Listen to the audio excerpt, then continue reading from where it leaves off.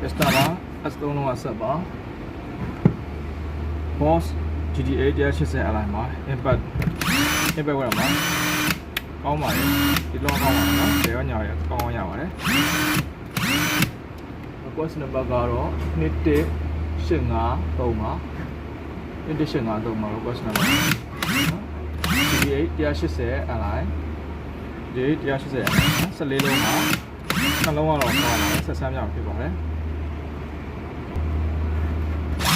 ဒါဒုတိယလုံးမှာကောင်းပါတယ်ဒီရောမကောင်းတာပါ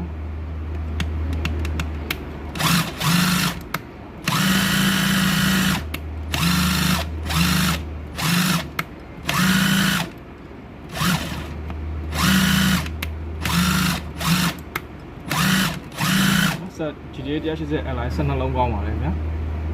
customer S3 လုံးမှာ